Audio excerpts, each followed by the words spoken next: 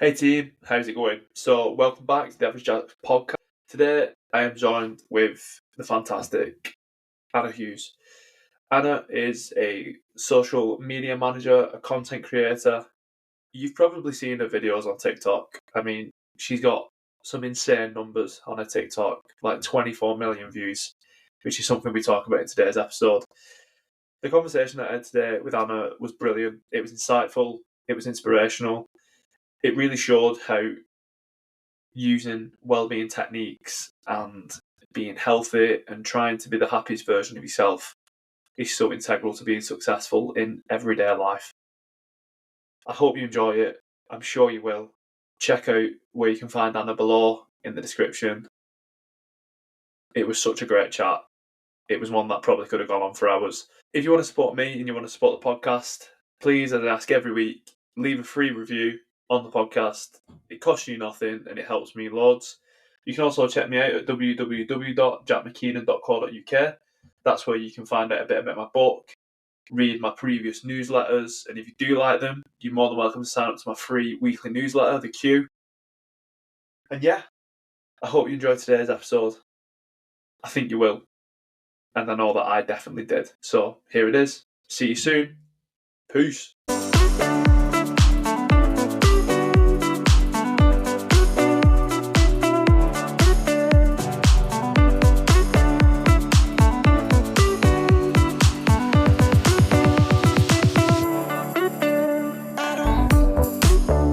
Treat. I'm so glad I've got that on record. I know he's got no top on as well, which is great. I reckon that'll make us go viral, if anything. Don't slag me off. Only a little bit. How are you? Yeah, good, thanks.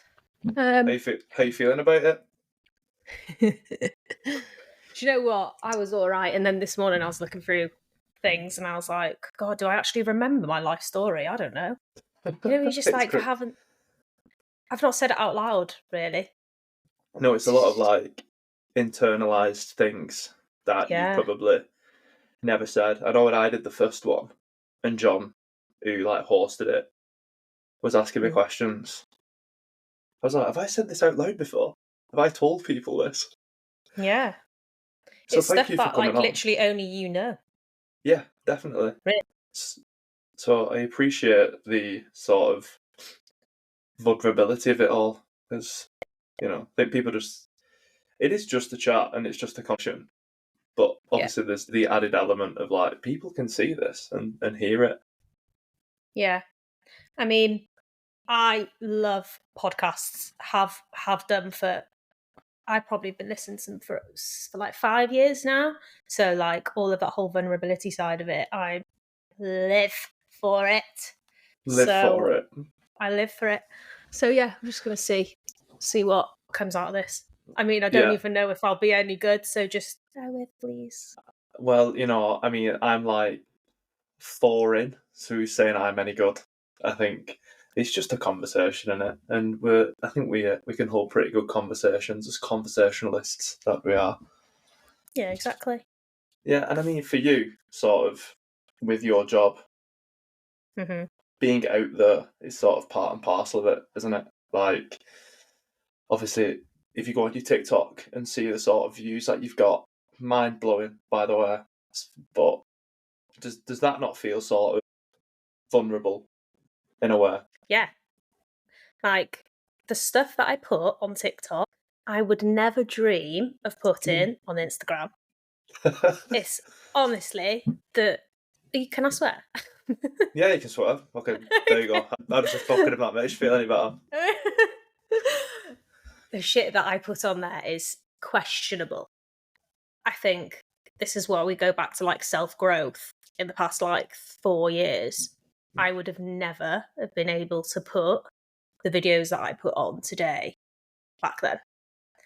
Like, too scared of what people think of me, too scared of what the small town syndrome, that's where I used to live in a small town. That's where my mum and dad come from. And I always just used to be scared of like people seeing it and like what they think of me and like see my little insecurities I don't like about myself on camera. I mean, I'm not perfect, don't get me wrong, but I have got a lot better with just being like, they don't like me, they don't like me. I think that's like Yeah. the perfect way to sort of approach something as well, because it's so reassuring to hear you say that, because I'm the exact same. So with this sort of process of doing the book and the socials and the podcast and things like that, you do initially think, who the fuck am I to be doing this? Like, why should I? Why do I have a right to do it? But then you think, well, you've got to start somewhere. You've got to start doing it. And for me, it was just like, who cares if people don't like it? The people who don't like it will just move on to something else after 10 minutes of slagging me off or putting a little nasty comment or a shit review on something. Yeah. And then they'll just move on to the next person. But the people that do care about you, your content, the work that you put into things, they're the ones that, you know, will stick around and sort of lift you up and keep pushing you going on.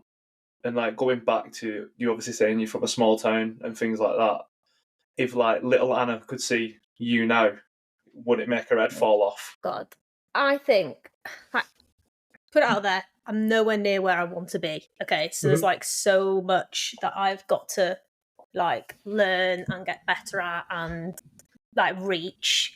I'm nowhere near where I want to be. But yeah, I think if you take a second to go and just reflect on how far you've come, like as a person, I was so shy. Like, I say I'm like a extroverted introvert, right? Mm-hmm. But when I was younger, I think it was shyness, but it was also like lack of confidence in just like anything. Like, I just feel like I didn't build up. I think my confidence only really started at fourth year of uni, maybe. And Wow. that's like what, 21, 22? 22. So it's been like a quick sort of, you know, glow up sort of thing of like your confidence and like it's just come through. And do you think like I was having this discussion on the last podcast that I did and we were talking about sports and things like that. Now you played netball at uni, if I'm right. Yeah. Do you think that obviously uni is sort of an environment where you're on your own for the first time? You have to learn to survive and you sort of have to find these groups of like-minded people. Do you think sport played a factor in giving you sort of the skills to be more confident? I guess so. I think that builds up like more confidence in yourself with like your fitness and everything. But it's funny, I didn't actually play. I only played sport in fourth year. So this is what I mean by late bloomer. Yeah, My first year, I was too scared. I didn't think I was good enough to go to the trials in my first year. And I hung around with just not less. I'm not really friends with them now. yeah. Let's just say different people, all great people, but just not the same type of person as who I'd like be friends with now. Whereas this is what I mean by thought it was like the difference between first year and fourth year. Fourth year, I had the confidence to go and trial out for netball and whatever I wanted to do, I'd go and do. Whereas first year, it's funny, I didn't do it. Must have been too scared. Yeah, I don't know. And what do you think that sort of when I've spoken to people in the past, like on the podcast, off the podcast, there never seems to be a sort of eureka moment, really. There never seems to be this sort of, you know, the light comes from behind the clouds and you're like, shit, this is it. This is what I'm going to be. This is what I'm going to do. But can you sort of pinpoint any sort of events as to what switched from like being sort of, you know, introverted from years 1 and 3 in uni and then having more confidence in year 4? What was there anything, or do you think it was like compounding effects of being at uni and being sort of on your, not on your own, but do you know what I mean? You're in a scenario where you need to fend for yourself at uni. Yeah, I think starting from that first day where I moved to uni, I'm basically talking like uni like this is my whole experience ever. It's really just like a blip in my life, really, isn't it? But it's quite pivotal. First day I moved into halls, I think I cried all week because I was like, this is my life is going to change forever. I just didn't understand it. So let's go from that crying in my bedroom every night, probably like thinking, oh my God, I'm never going to live with my parents again, all stuff like that. And then it was lots of small things on the daily basis that I got forced into doing, basically. So, like presentations, bless my little heart. Honestly, I look back and I think I was the trembling and the anxiety. Like, I mean, yeah, I'd be scared now, let's be honest, but there was like, it was pretty, the level was pretty like low to be like, I could not even like say a word like at a presentation. I was studying marketing and business, marketing and business. You need to be able to talk, you need to communicate. I couldn't even communicate. So it was like being forced into these things where I had to do it, otherwise I wouldn't pass the course. And just, naivety going into things. I think over a period of time, just being literally forced. You've got no other choice. You've got to do it. And then third year, went to study in Barcelona. So that was another confidence booster on top of that. Meeting new people, going to live somewhere abroad on my own. Well, wasn't fully on my own. It was with, like, some of my friends came with me. Yeah. But it was like another confidence booster, meeting new people. In Spain, they have a different way of like to like, they have more practical learning there. So when I say presentations in first year, we did like 2, right? Well, as presentations in Spain is every week. It's every Friday. So I honestly think not TGIF. Not thank God it's Friday. The complete opposite. it's you're doing this presentation about this tomorrow. Go do it. Well, you got to just do it. You just wing it. You do it. So I think that's like a massive, once again, being forced into it. And then came back for fourth year and then tried out for the netball team without even me thinking about it, and doing all these things with self-development and learning, and got me into thinking I can actually better myself with all these type of stuff. And then this is kind of where it's like little compounding effects, little daily things add up, just like everybody, right? Yeah, like, definitely. It sounds like resilience. You sort of put yourself in situations where you just needed to develop resilience, and it was not make or break, that's extreme, but in a sense it was, like you said, you needed to learn these skills to pass your course and sort of further yourself. So that's a really cool insight, to be like, putting yourself in the firing line and sink or swim. And I mean, if we look at you now, I mean, you've got these accounts, and you've got your company account, you've got your personal account and things like that. And your job, I imagine, which by the way, it sounds like the dream job, like content creation with food and things like that, which we'll get into a little bit because I've got some questions about it. But it's to hear where you was to where you are now, and like to put yourself in them situations, like on TikTok, where I mean, you've got videos that have insane numbers. I mean, what are some of the numbers that you have on some of your TikToks? Yeah, I mean, I don't really know why, to be. Some of them are really random. Yeah, and even for my clients, I'd say like that's something that I do really well, is like building that brand awareness through like authentic content. That's basically what I specialize in, and I do. And it shows with the numbers, like millions. I think like I got one which was like 24 million, which is absolutely crazy. And you'd look at this is for one of my clients, and you'd look at that and go, that's all the video is. Yes, that's if you do it right. Like, so many things, so many little things that I can tell you on here. But I don't want to give away all my secrets. No, which I completely understand. But what you've just said there is like, I'm a big believer in like work smart, not hard. And there's something called Pareto's principle, where it's like 80% of the results come from 20% of like the work. And essentially, what you said there is work on the foundations and the basics of being like authentic, and then naturally it will do it. I think you see a lot of people, and this is in everyday life. Again, it's funny when I talk to people about their specific sort of things. Everything seems to be very universal, so it transfers into everyday life quite well, because you see people doing things and trying to overcomplicate them, and then them not succeeding. When, like you've just said there, I mean, you got 24 million views on something that was just authentic and real. I mean, 24 million is mental. Do you just think like 24 million? Like, imagine if you just could visualize that and just stand it in. I mean, you need a pretty big fucking space to see 24 million people. No. But does it just blow your mind? It's funny. I don't know whether it's just like everybody's their own worst critic. And I just think yeah, well done, another tick, but it's like got more fish to fry. Yeah, It's one video, like well done, good result, but it's funny. It's not enough.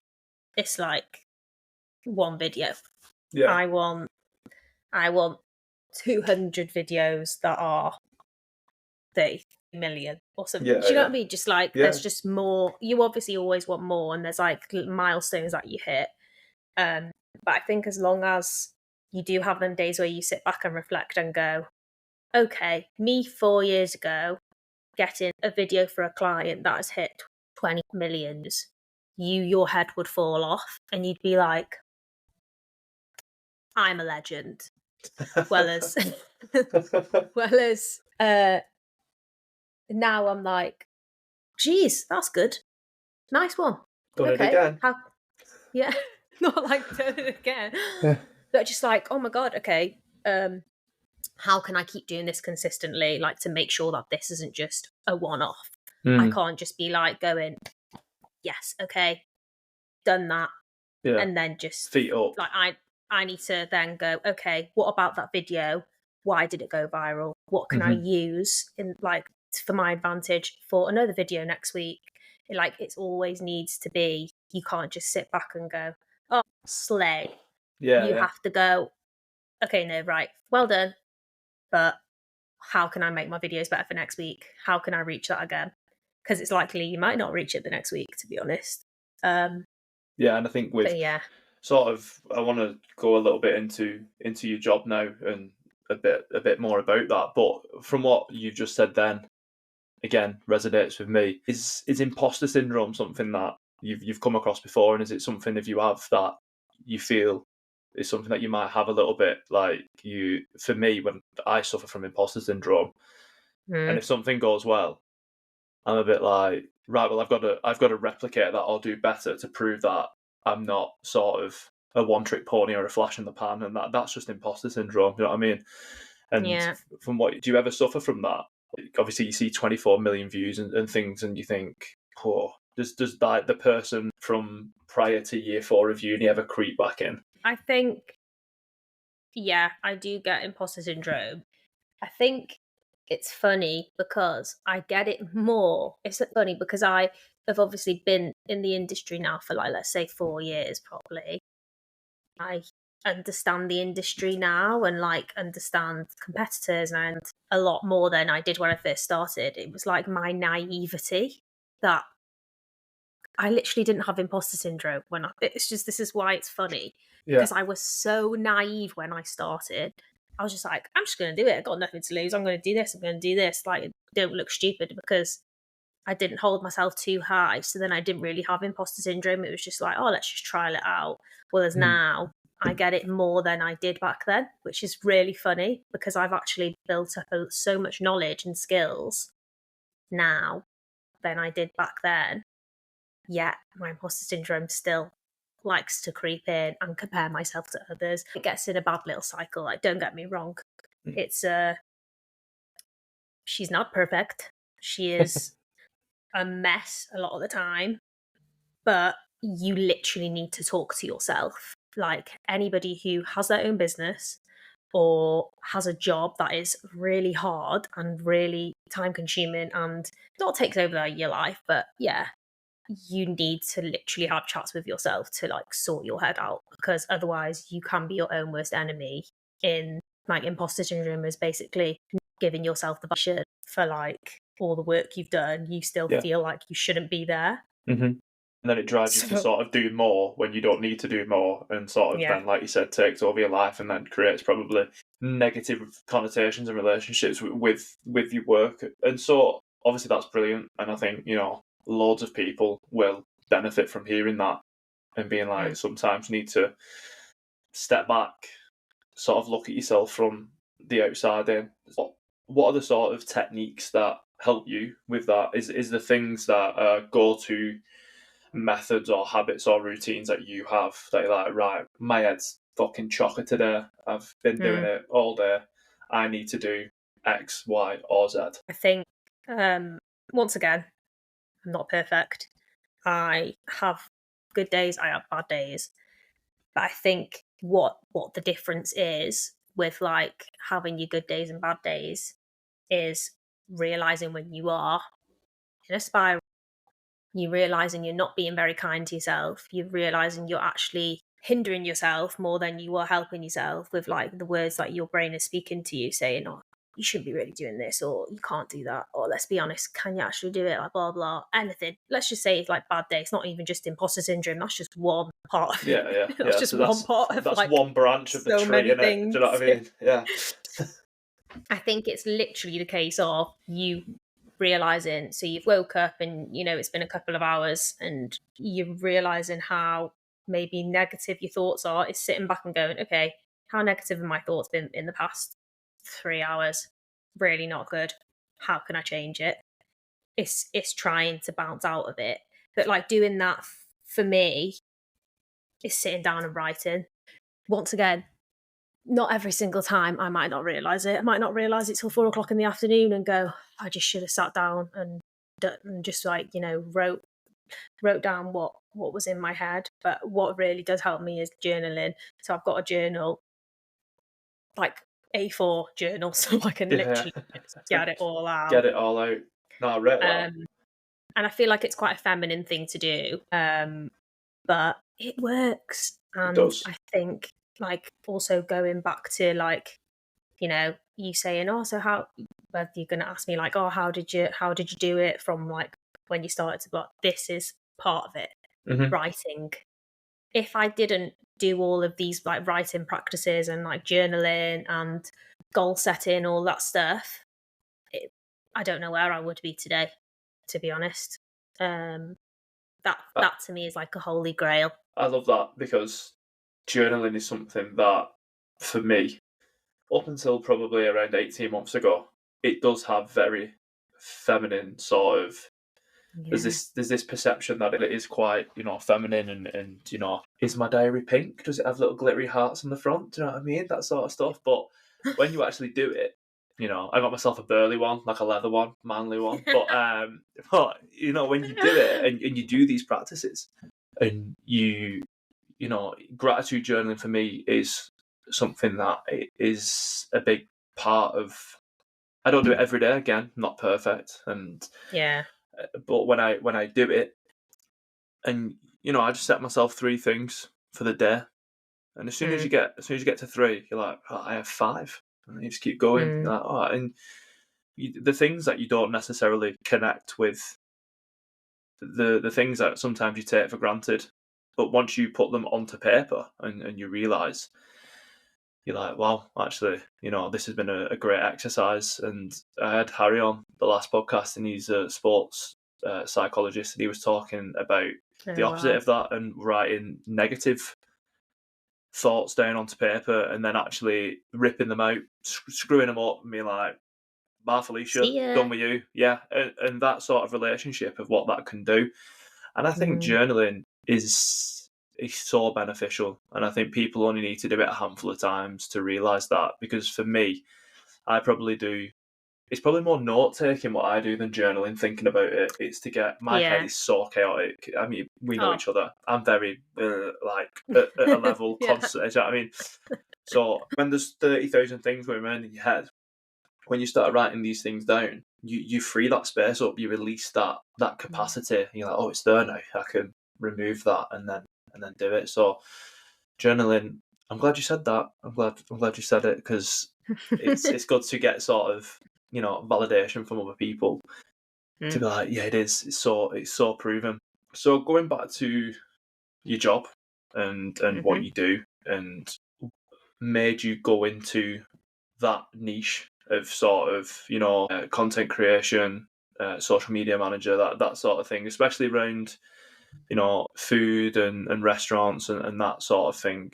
Was that just something you've always been interested in, or was that something like, you know, you just happened to fall across? So I try and keep this brief as like a life story, but I feel like if I miss one part of it out, then it doesn't really give the reason.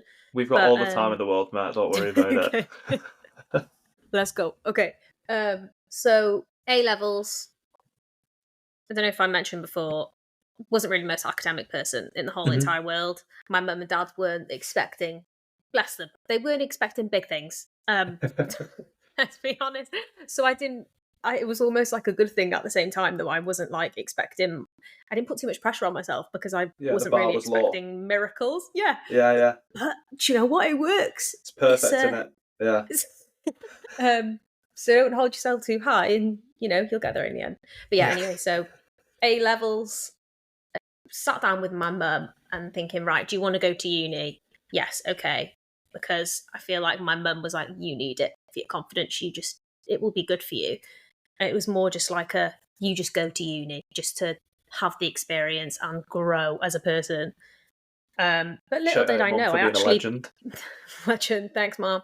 We were like, hey, you don't really like maths, you don't really like science, you're not into that. But then the one thing I really did like is there was this one course in school which was like an art course, not an arty person. So I knew I was creative, but not creative like arty. It was a different type of creative. And it was like you build your own brand. But like, yes, in a way it was like an art subject. Anyway, I really liked that. So my mum was like, oh, what about marketing? And I was like, yeah, go on then, let's give it a go. So applied. I did actually get okay GCSEs. It was just all very like EB, maybe like the odd A. So it was great. I wasn't like dumb, but it was like there was nothing special. And then obviously went to uni, studied marketing, really enjoyed it. Always been obsessed with social media, to be honest. But I thought it was just more of like because every girl is obsessed with social media. My friends always used to send me their pictures, as in, like selfies, and like on Instagram, they'd be like, "Oh, I'm going to upload this in myself. Anna, can you edit it, please?" So I was that person in like the friendship group that they'd send. So like before I'd even started doing this, I think I was like practicing to do it without me even thinking. Yeah. So I'd be like, "Yeah, cool," and I'd just do it in my own time. Not that I had other things to do, but I'd just sit there and just edit them. It would literally sometimes take me like 30 minutes to edit this perfect picture so then they can put it on their Instagram. So then there was that. Always kind of used to like screenshot pictures of landscapes, and I'd like edit them in my own time just because it was just fun to do. Didn't think much of it. And uni came to an end, lockdown hit. I moved home back to the small village from where my mum and dad live. Hadn't lived there since I was 18, so it was a big shock and a big, especially after going to Spain and coming back and having the best 4 years ever. And then, boom, lockdown, moved back in with my parents, no job after uni. Yeah. Oh, it was a great time. Yeah. But the one good thing is my siblings moved back as well. So like my sister, who is like my bestie, well, my two sisters are my besties, but my other sister's 2 years older than me, Liddy, she ended up moving home as well because we both went to uni at the same time, even though she's 2 years older. So we both moved home together, and we were like, oh, this is a bit rubbish, isn't it? But oh well, let's try and make the most of it. And yeah, like I said, lockdown hit. We both really enjoyed making food. So this is where it all started. We always used to like taking pictures of food, and I've been doing that for years anyway, as in just like taking pictures of my meals and stuff. It was just like fun. But then we were very much into our fitness.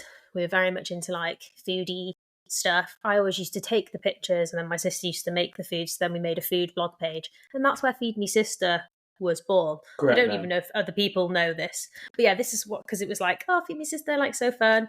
Didn't really think much of it. We just wanted to have a fun food blogger page. And then it like gained traction from like, people from home and uni and all stuff like that. And everybody was like really loving it. And then I was like, at one point I was like, I wonder if I could actually like do this as a career. And then it slowly fell into like, so there's like the food blog avenue. It's obviously slightly different to social media manager avenue. You basically do have to do a bit of a pivot. But I think I just naturally pivoted because I was like, oh, I actually want to help other businesses do this because people are liking my pictures online. So I wonder if I can like just teach myself how to just do it really well. So I taught myself food photography. I taught anything about social media. I literally would revise. I'd like have revising sessions because it was in lockdown. I had nothing better to do. Yeah. Literally had nothing better to do. So I would just revise everything, watch every video, do as many free courses as I could.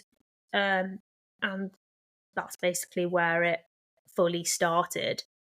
And then I moved to Liverpool, made the jump, moved in with Joe in our one bedroom. No, it wasn't even one bedroom. It was a studio. Moved Mhm. into a studio with him because it was free. And I was like, right, I've got no other choice but to try and go and get some clients here. So I just went out and just tried to get clients. Physically went into places. Like, this is what I mean by naivety. The Yeah. confidence. I just don't know where that came from. Like, right now, I'm like, oh, but I just Yeah. literally walked in and I was like, does anybody want some photography? Like, I was Yeah. literally like, hey, do you want some photography? Like, back then, I was probably really shit as well. But, like, It was like, what are you doing in my shop, man? What are you doing in my shop? like, Yeah. no, we don't want you photography. I'm not even joking. So many people turned me down. I just kept going. Like, Yeah. this is what I mean by just the desperation of like, I literally have got no money, so I Yeah. need to do this.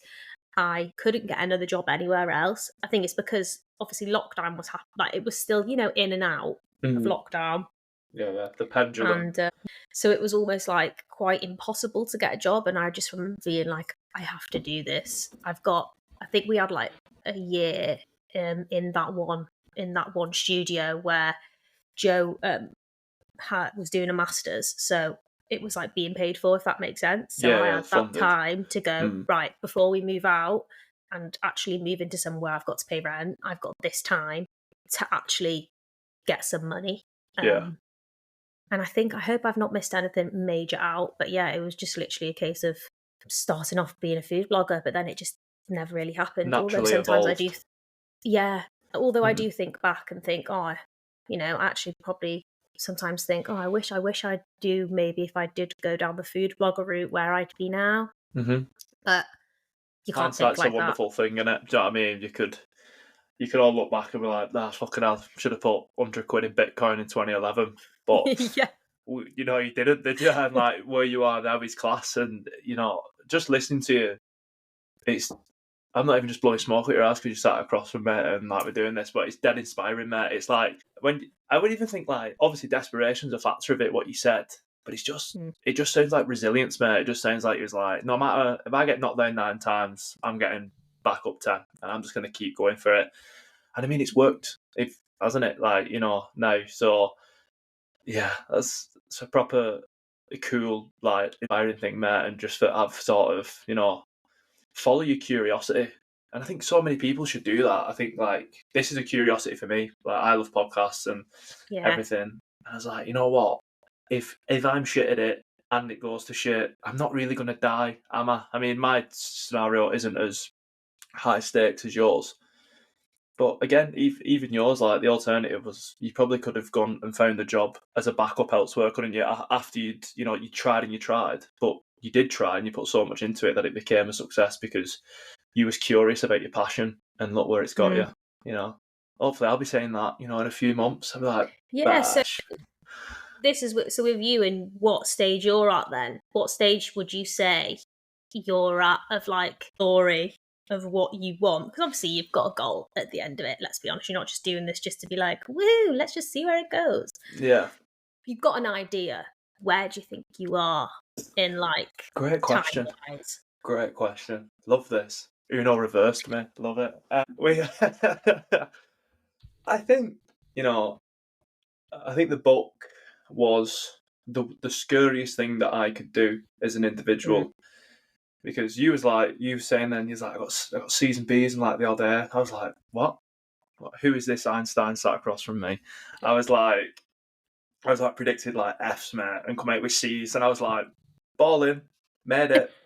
But English was always one that I think we're quite similar. In fact, I think I'm quite creative in a way that isn't arty per se, Mm. but like I'm thinking things. I have ideas a lot, but I struggle to put them down on paper. I always feel like if I could record myself, I had like a little dictaphone that I could walk around with, like some 1980s detective, and like record my things, that'd be a lot better. But going back to your question, I'm sort of if it was like a scale of 1 to 100, where I am personally, I'd probably say like 10. I'm Mm. early doors. I'm still sort of finding my feet, trying to figure out what's next, what's best. I mean, you can ask Joe. I mean, Joe is my boy. Big love to Joe. Yeah. Joe puts up with me on a daily basis, but he is the brains of. He's my sounding board. But yeah, I think I'm at the point now where I'm like, I'm going into the shops and I'm like, let's do it. And if they say no, sound. There will be a shop that lets me take photos of their food, to use you as an analogy. You know what I mean? Eventually, and it's just, I think you've got to be, as I'm sure you'll agree, you've just got to be consistent. You've got to be sort of. I think the naivety is sort of a beautiful thing, because you've got to be like, I'm just going to keep going regardless of what comes of it. So yeah, I think I'm early. I still think I'm in like the very, very early stages of where I want to be. Again, I'm my biggest critic. I think I can always do better.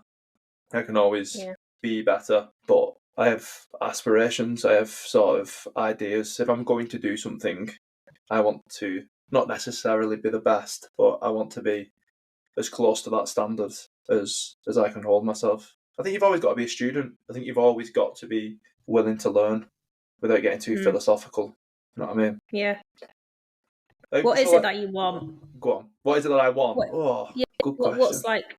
Do you like have? I think for me, it's doing something every day that I think it's a bollocks sort of thing to be like, I want to go to work and it not to feel like work, because eventually it will. Do you know what I mean? There's always going to be that. There's always going to be peaks and troughs, and you go through the honeymoon phases of things. But I think I want to do things on my terms. I'm a bit stubborn, as if you ask Nick, you can definitely testify to. But I think that's what I want. I think I want to do something that gives value to people, that helps people in, my situation that I've been in, situations that I've seen. If I could make, a living out of helping people, that'd be, what I probably want. And I think that's why I've got the avenues of being a personal trainer, coaching, this sort of thing, and naturally I've come to this point of sort of combining my passions and just being, again, similar to yourself, being curious about my passions and thinking, can I make a living out of this? Can I do something with this? I'm a massive reader, proper little bookworm, love podcasts, love self-development, health and well-being, just to sort of, for lack of a better phrase, if you throw enough shit, some will stick. So true. It is, isn't it? So I think that, for me, the book, and why I brought that up is I did the worst thing first. What probably felt like you walking into a shop and being like, I'm here, hire me. I can imagine for you talking about your previous experience, that was probably really daunting. And for me, that was the book. That was me walking into the shops, like I said. So everything now from that point on is, in theory, shouldn't be as hard. Yeah. Shouldn't be as daunting, because I'm an absolute gobshite. I can talk for England, so in theory, a podcast is easy, proper easy. Yeah. But yeah, great question. Love that. Thanks. I just wanted to know. It's a space that I also really hold very dearly to my heart, because it is what, I think, no matter what industry you work in, self-development is in there too. Like, without self-development, I wouldn't be the person you are. Exactly. And I think I'm exactly the same. I sometimes think, what would happen if I never picked up that first book? Like, so I only started reading for pleasure. Pleasure? Not the right word? That sounds gross. But you know what I mean? Like, at 16, 17, around then. I only did it because my mates did it. And like what they were talking about sounded interesting. And I was like, couldn't get involved with the conversations of what they was talking about. So I was like, you know what? I can read. Let's just do it. And then from that on, just naturally found what I enjoyed. And here we are today. Like you, you was editing your photos for your mates, and here you are, content creator. So like going back to that, and you mentioned it before actually. So obviously being on social media is a part of your job. How do you find how clear is the water between, right, well, I'm on my phone because I'm working, or I'm on my phone because I'm just doom scrolling and like I'm just scrolling and scrolling. Is that something that is difficult to sort of find the balance? Yes. Yeah, good, because Straight up. I'm the same. Now since I've been doing this, I'll be on social media and be like, well, I'm working, it's fine. And then you're like, your eyes are dry. You've not blinked for 3 hours. And you're like, Literally. I've not done anything. But how do you, as a who is, it is your full-time job in a way, like it is literally a part of your small business and it brings food to the table. How do you unmuddy the water? I think it's probably one of my biggest what's the word? Problems? Struggles? Like, Struggles. is it like a conflict? Because you don't miss enough on a daily basis until maybe somebody else tells you.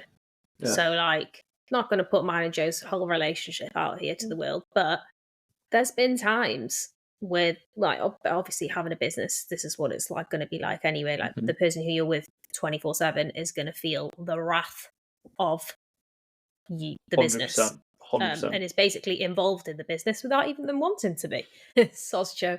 But yeah, like he's had to turn around to me and say, Anna, you're literally like, you've just ignored me like twice. And I'm like, what? So he'd probably appreciate me holding myself accountable and saying, do you know what? I am probably not the person for somebody to ask for advice on this because I am probably the world's worst person to do it. However, I do think I have got better since maybe last year.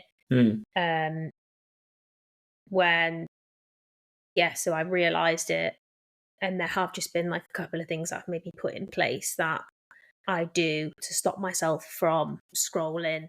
But don't get me wrong, the scrolling endlessly also plays a massive part in success online because I Research need and to be literally saving these things. As soon as I see it, save it, save it, save it, save it. That's a good idea. It's all I'm thinking. So even when it does look like I am endlessly scrolling, I am always thinking, that's a good idea. That's a good idea. I'll take that, take that, take that, take that. Even on weekends when I'm scrolling, just looking through Instagram, I'm always thinking. It's always there.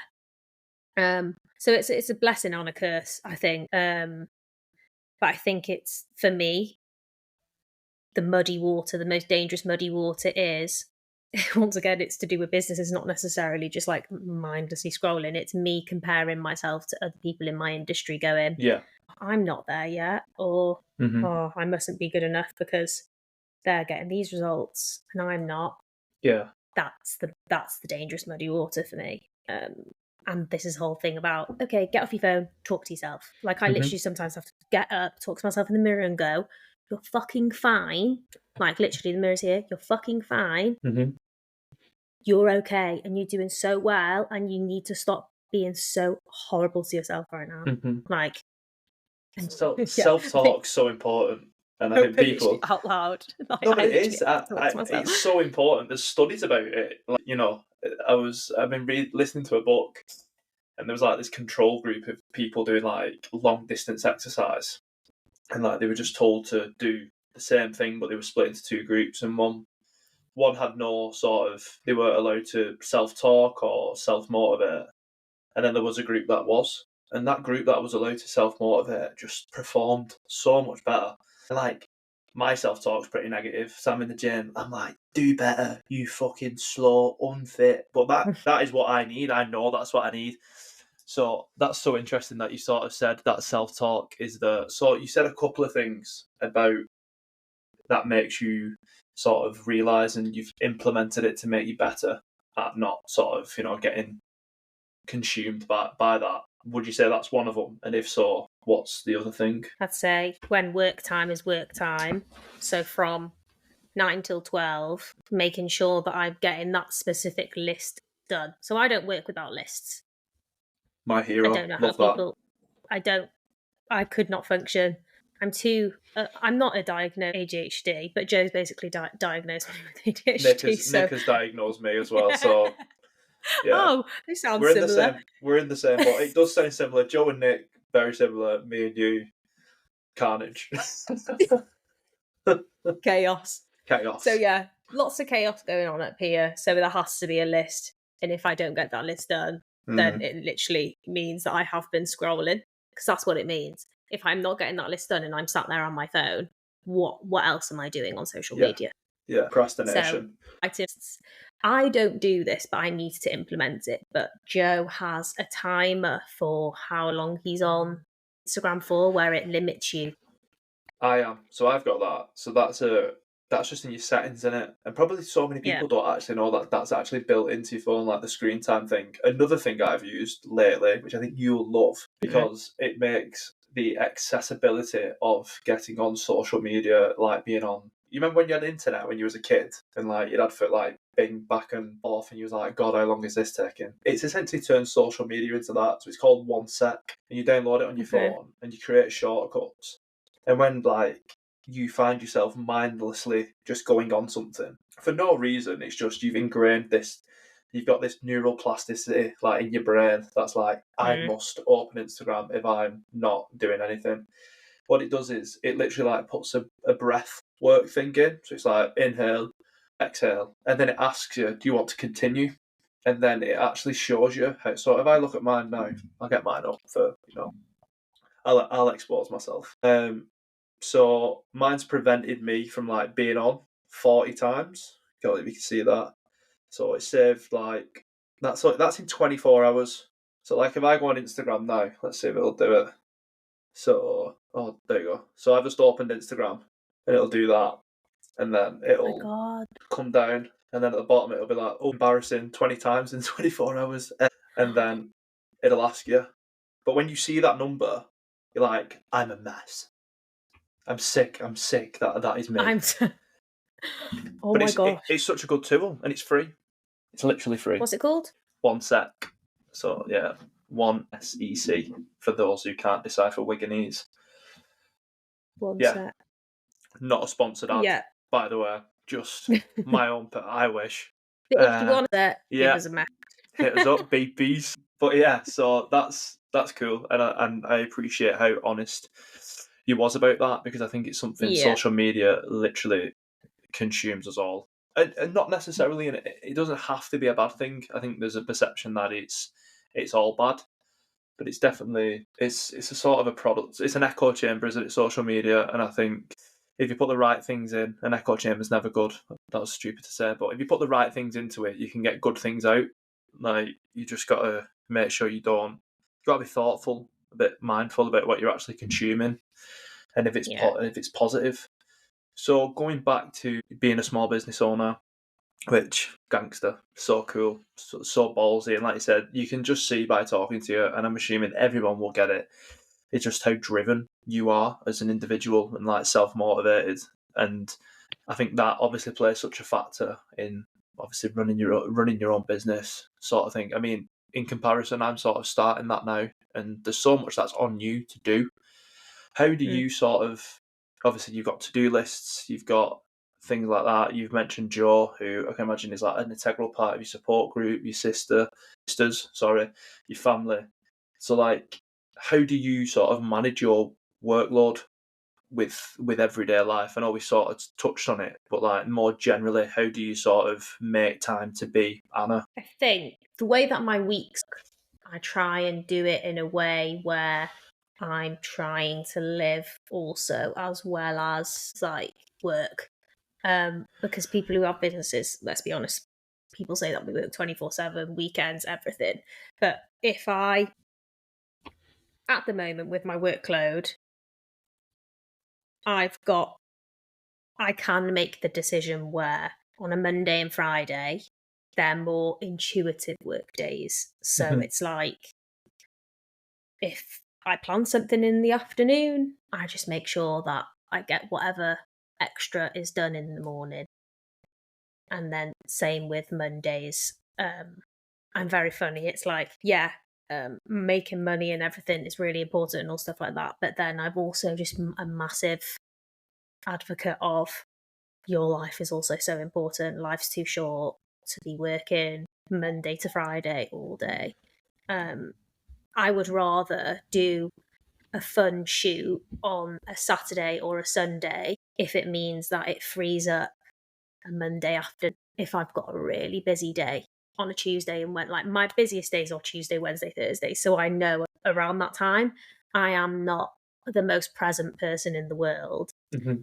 But if I've got like the front end and back end of the week, that kind of seems to work for me. So I'm not an avid no weekends work person because I've realised sometimes I'm basically contradicting myself a little bit here as well, saying that I squish it all in, but really I kind of don't. Like I'll squish it into an extent, but then if I'm not really doing much on the weekend, I'll use one of the days to get a couple of Yeah, hours yeah. done. Just being effective, isn't it? Like efficient with your time. Just having Yeah, time management strategies in place to sort of ensure you get that work life. And I think so many people need to hear that of like you need to live your life. Like and me included, I need to hear that.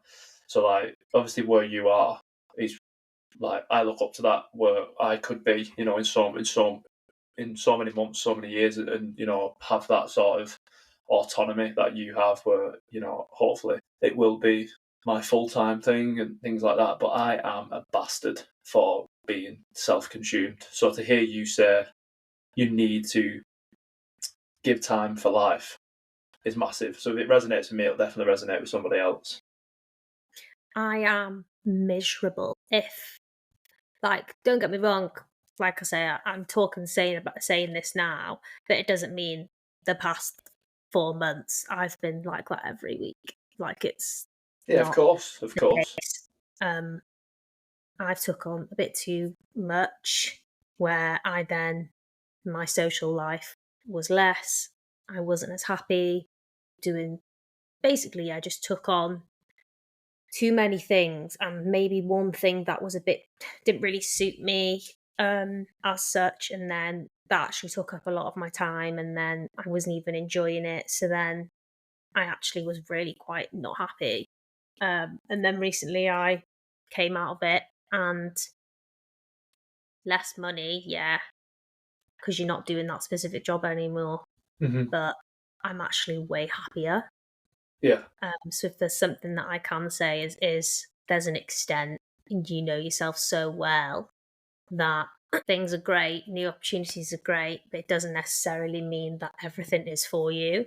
Mm-hmm. And it took me 4 months to realise that I was not the happiest girl in the world. I only took it like now. I've gone, God, life's actually all right, isn't it?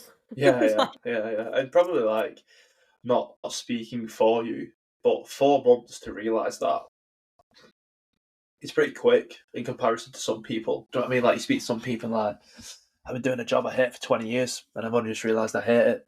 And so like, would you contribute like journaling to that? Because you've obviously getting these thoughts out and you can sort of see, because there's something that you always, well, I've read, I think it was in Jordan Peterson's book, and you see it sort of regurgitated in different formats now, is that you should give yourself the advice that you would give somebody else.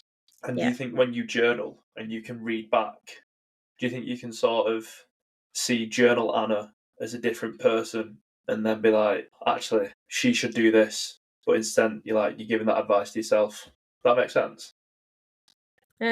So journal Anna is Is you, the but like Anna. you're sort of disconnected from it, so like you can see the fact that you're unhappy, this, that, it's a bit too much because you've wrote it out in the journal, so it's give you the tools to be like, actually, there's a common theme here in the last 4 months, and it's this. Oh yeah, Yeah. yeah.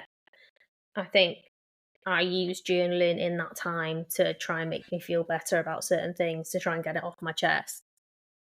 Also, journaling, it can help, but if there is a major problem, then it's not going to fix it until you No. take action. And Yeah, yeah. but I don't want to say that like the job that I took on was awful. It was a great opportunity, and I really enjoyed it. But I Just just the straw that realised, brought the camel's back, sort of thing. yeah, it was just that one thing that was like, oh my God, this is actually too much for me. Hmm. And I think everybody else around me noticed, this is Yeah, too much. You're working all the time. But I was like, I've got no other choice because I've still got my business to run yeah. It's very much on the side like of it. the sword of Damocles in it. Like the sword is always hanging above your head when you're a small business owner, and you look up and you're like, I've got to make money, I've got to survive. So you're like, I know when I was sort of PTing people and coaching people, you found it almost counterintuitive to say no to money and opportunity. But then again, you're sort of destroying that work-life balance. But yeah, and something you just said then, which was, something that I advocate a lot is action. You need to take action to see results. So I think it's good that you mentioned that. Obviously, these tools that you can use, like journaling, reading, listening to podcasts, doing all these exercises and methods are great in principle, but without action, ultimately they're redundant, aren't they? I think that's like manifestation stuff, which you can listen to. A lot of it is bullshit. Yeah. Like, if you actually want to change your life, there's like literally people that could say that has massively contributed to my success, like Robin Sharma, Dr. Joe Dispenza, this girl called Mimi Bouchard, who I've listened to literally from the start. Like, obviously Stephen Bartlett's another one. They talk about how it's about the action part of it, as well as just like you can visualize and manifest and all of that. But if you don't take the action, then it's not just gonna freaking, like the book The Secret. I don't know if you heard of that. Yes. That's about like, is it the law of attraction or stuff like that? Yeah. And the fact that if you you think it enough, it'll happen. But which to an extent, yes. You've got to be that person as well, and to be that person means you're like a living being making choices every day, taking action every day. 100%. And I think you've sort of hit the nail on the head there, that you are sort of a product of your environment. It comes down to your social environment, so the people you spend your time with, your sort of close-knit to the people that are around you. Like you've mentioned the people close to you and how much of an impact they have in their life. I have that as well. But again, it's things like probably your educational environment. What are you consuming? Going back to the content you consume. If you listen to the same 5 people for 5 years, it's likely that you're going to become a product of the sort of ideology. Is that the right word? Yeah. Methods, sort of things like that. So again, you've got to be mindful. And obviously people think that being mindful has sort of like hippie and free love, or like you got to sit and meditate, which is a part of it. Don't get me wrong, people find their mindfulness through that, but mindfulness is just being in the present moment and understanding yourself, and like that's so important, because you can be consuming absolute shit and then be like, why do I feel shit? Why do I think like this? And you just consumed shite. So that's cool to sort of see that you have people that you've sort of followed from day dot. Were they there before you took the leap, or were they there as you took the leap? Before. I'd say Robin Sharma was the person who started everything. 5 a.m. Club, shout out. Literally, that was like the first, but like, was it maybe the second self-development book I like ever read? Yeah. And then I was obsessed with getting to know yourself so well that you can literally take on anything in your life and deal with anything. But yeah, don't get me wrong. Like, I don't practice everything that he says or has. Like, literally, I today I'm probably the worst I've ever been at like doing that. But it's there. Yeah. I know that when I need to, I will. 100%. It's a great book, and I think people get put off it because they see 5 a.m. Like, I'm not fucking getting up at 5 a.m. But it's not that. There's so much in it, isn't there? Like, it's honestly one of the most well-written books that I've ever read, because it's just it's so unique in it's just unique. Like, you can't really describe what it is. It's not like any other self-help book I've ever read, and the story aspect of it is just brilliant. I would, as it probably sounds like you would, recommend it massively. It's class on Audible as well. If you've read it, it's so good on Audible. It's so good. Is it? I need to do that.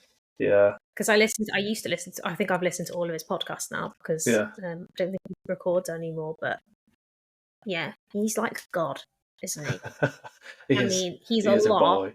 Yeah. It's a lot if you like extreme follower of him, you could say like your life is like crazy, but it's good to, the little nitpicks that you take from him is like, can change your life. And it's having the maturity to be able to do that, isn't it? And sort of be able to filter what's relevant for you.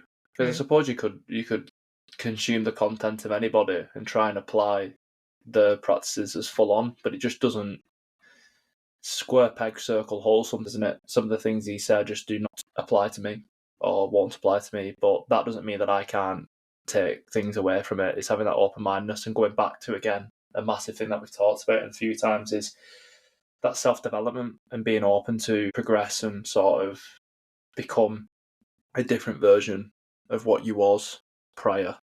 So going into that, this is like, I've asked this question every time now. Well, one of two questions. I'll ask you the other one as well.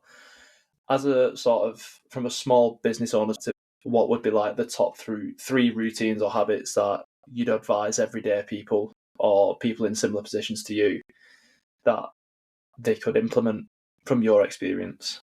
So like physical habits, then there's like maybe a couple which are like mental habits that I just think you have to do, otherwise you literally will give up. Yeah. I'll say the most important like mental habit for me is the bounce back method. Like literally, if you, no matter how successful you are, this is what I've learned. No matter how successful you are in any industry or any business, being an entrepreneur or whatever, you're always going to have failures. You're always going to have people who maybe don't want to work with you. You're going to have people who choose other people over you. You're going to have that. Even if you're the best in the industry, let's say, you're always going to have that. There's always going to be failures. You're going to have successes too, but it's making sure that then failures don't affect you so much. I mean, yeah, maybe you should give up if it's not right for you, but like, you have to bounce back. That is a bounce back rate is so important. Like, I'm not even joking. Like, I've been through times where, like, literally in the past like 2 weeks, where I've thought, am I gonna fucking carry on doing this? Because all of these stuff just are happening that are telling me otherwise. Yeah. Is this a sign from the universe? Like, maybe I shouldn't do this anymore. Or yeah, and it's going, okay, take an hour, bounce back. And then obviously there's habits that can help you bounce back. But like, if I was to sit and rot every single time something happened where it's classed as a failure, my God, I would be back at my parents' house probably. Because hiding in the box room at the back. Yeah. Failure is so integral to success. It's literally not sunshine and rainbows. That's what I'm going to tell you. You have to set them expectations. Yeah. So I think number one out of everything is bounce back rate. I'd say physical things in the morning is what you do in the morning will set the rest of your day, without a doubt. As soon as you wake up, make your bed. If I don't make my bed, I feel like my life isn't together. Don't get me wrong, on my bad days, maybe I won't do it, but that's when I notice, okay, you're not yourself today. So waking up, making your bed, obviously, all of these things that I'm saying I know are the best for you, but it doesn't necessarily mean you're perfect and you do it 24/7. Oh yeah, it's like eating well, sleeping well, making your bed in the morning. Every single time I wake up and I've done what I need to do, I'll always try and make a list for the day to try and give me motivation. Working on your own can sometimes be a little bit like, some days you can just be like, there's no motivation there because no one else is going to hold you accountable, just you. Yeah. Do you suffer from like cabin fever as well when you're on your own? Oh yeah. I think I'm a different person in summer, whereas in winter that's like my hardest time, where I'm like, if it's freezing outside, there's no point me really walking to a cafe because I'll just end up spending money anyway, so I may as well just sit and smash out some work here. But then you get cabin fever, you've maybe not seen anybody in a couple of days. That's also why it's good to get outside. Not like I do it all the time. Don't get me wrong. I'm exactly the same. Waking up and getting outside is like the best thing. Like this morning I've done that. I'm like a human Great Dane, mate. I'm just like, I need fresh air and just run around and not be like constricted. obviously it's different in sort of an office environment because you can sort of socialise. I know from experience, Nick obviously works from home, and sometimes when I get in, she just has it all built up. You know what I mean? To speak because it's been there. And like I'm like that with energy. So like if I've like when I found in my old job where I just sat by a desk all day every day, I'd come out and I'd have like an hour after I was just like resonating. I was like, "Wah," and then I'd just crash. But I found that like if I took walks and made 18 brews a day and like so I could get up and move about, it actually helped me sort of maintain my psyche and not sort of get that cabin fever. Yeah. So is there any I think go on, sorry. no, yeah, just literally agreeing with that. I think if you know that you are working from home all day, make a time where you've got to look forward to something. That to me is like, okay, so I'm getting ready for this. Mm-hmm. I'm going to make a video today that I'm going to be in. So I'm going to make myself look presentable to make myself feel good. And that too is like a must. A Doing things in the non-negotiable. morning. Yeah. So you don't feel like a bag of shit when you're like working from home. Yeah. You need to make sure you get changed, do all of just the things that you know are going to make you feel good in the morning. So then when you've done it all, you're like, I'm ready. You've set the I'm ready to foundation get for the it. day then, haven't you? Like you've Yeah. got a strong foundation. Your house is not built on sand. You know that. Yeah. You're well prepared. So the question that I love finishing on, which unfortunately will put you on the spot a little bit, is what would you love or habit would you love to introduce into your life or reintroduce in your life because you did it in the past and have just lost it? Yeah. What comes to mind? Waking up at 5 a.m. because that, to me, going back to Robin Sharma, when I read that book, if I didn't do that at the start for like, let's say 3 months, I wouldn't have had the time or I wouldn't have learned what I needed to learn to start my business, basically. I use that time as like a revision time in the morning, meditation and revision. So that's number one, which I haven't done probably properly since. Maybe I'll get up at 6 on the odd time, but 5 is like a different level. So that in an ideal world. Meditation, definitely. I was doing that around that time as well. I really got to know myself so well, where I was like, so it's like a habit stack then, isn't it? Like they're almost they're almost like intrinsic together. They just go hand in hand, them sort of things. The 5 a.m. one's so interesting because looking at like myself and seeing when I would say I was most up as a person was when I was getting up at 5 o'clock every day, training at 6, be home, have a shower, and like the hardest thing I had to do that day was done by 7:30, and I was like, shit up. That is wow. The day's going to be a piece of piss. And that was from sort of, I got a lot of that from the 5 a.m. club and stuff. And like, it's crazy when you actually apply it because it sounds horrible to people like myself prior to that who, 8 o'clock was like, God, why are the birds singing? But, when you actually do get up at 5 and you realise you've got sort of, it's just a different hour, innit? It's weird for describing if you've never done it, but there's just something about like having that time in the day where it's just you feel very self-connected. Even when I was driving to the gym or Nick was driving us to the gym and I'd be like nodding off a little bit, I'd still feel good about being up. I'd feel like, God, that's a solid foundation. Like that's a big tick. Is that what you feel like when you do it? Yeah, I feel it's easier in summer. Yeah. For sure. And I feel like my body naturally starts to wake up even earlier and earlier and earlier. So, I mean, it won't be 5 a.m., but I think 6 a.m. is just as good, just maybe a bit less extreme. And plus, you don't have to rush to maybe go to bed at like 8, 9 o'clock. Yeah, that's what I if you're struggle getting with. up at 6. Yeah. Yeah. I'm such a shit sleeper. And a lot of the times, well, not a lot of the time, but like sometimes I do feel like I'm not a night owl worker, but sometimes it will be like 6 o'clock till 8:30 and I'll get like a spurt of like editing energy where I just want to edit Yeah. this video to get it Yeah. done. That's So probably that sometimes doesn't undiagnosed necessarily. ADHD in you though, because I'm the exact the same. I'm like, but I Yeah. am a night owl. I'm like brushing my teeth at 10. I'm like, what can I do? And I'm like, he's like, you should probably go to bed.